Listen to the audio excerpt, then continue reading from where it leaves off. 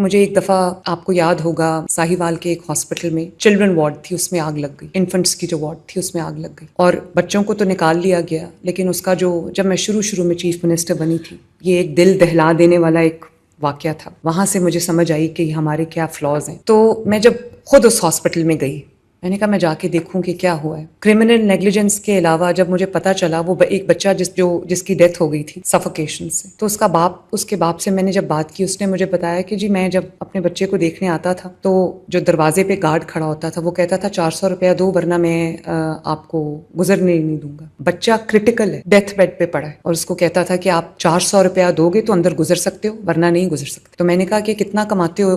کہتا ہے میں دہاڑی دار مزدور ہوں. میں نے کہا کتنا کماتے ہو؟ کہتا ہے 400 روپیہ دن کا 400 روپیہ کماتا ہے، بچہ ڈیتھ بیڈ پہ پڑا ہے، کرٹیکلی ال ہے، اور اس کو یہ کہا جا رہا ہے کہ وہ جو 400 روپیہ وہ مجھے دے دو. وہ اس کو جب رشوت دے دے گا تو گھر جا کے اپنے بچوں کو کیا کھلائے گا یا اپنے بچے کے اوپر وہ کیا خرچ کرے گا جو کرٹیکلی ال ہے. مجھے افسوس سے کہنا پڑتا ہے کہ یہ وہ سسٹم ہے جس میں لوگوں کی دوائیاں بھی بک جاتی ہیں. دوائیاں ہاسپٹل میں پڑی ہوتی ہیں لیکن مریضوں کو یہ کیونکہ باہر ساز باز کی ہوتی ہے فارمیسیز کے ساتھ یا لیبز کے ساتھ، تو ان کو پیشنٹس کو یہ کہا جاتا ہے کہ باہر جاؤ اور فلاں فارمیسی سے جو ہے وہ دوائی خریدو، یا باہر جاؤ اور فلاں جو لیب ہے وہاں سے اپنے ٹیسٹ کرا کے لاؤ یا اسکین کرا کے لاؤ. اور بچے جب پیشنٹس یا ان کے گھر، آپ ذرا موومنٹ کم کر دیں گے پلیز، میں ڈسٹریکٹ ہوتی ہوں، تھینک یو. تو یا ان کو یہ کہا جاتا ہے کہ جب وہ اپنے، اور بہت غریب لوگ ہوتے ہیں، یہ میرا آنکھوں دیکھا واقعہ ہے، میرا ایکسپیرینس ہے. آپ کو اندازہ نہیں ہے کہ ایک تو ہماری رسپانسبلٹی ہے جس کے لیے ہم تنخواہ لیتے ہیں، اور دوسرا اللہ تعالیٰ کی کتنی بڑی یہ ایک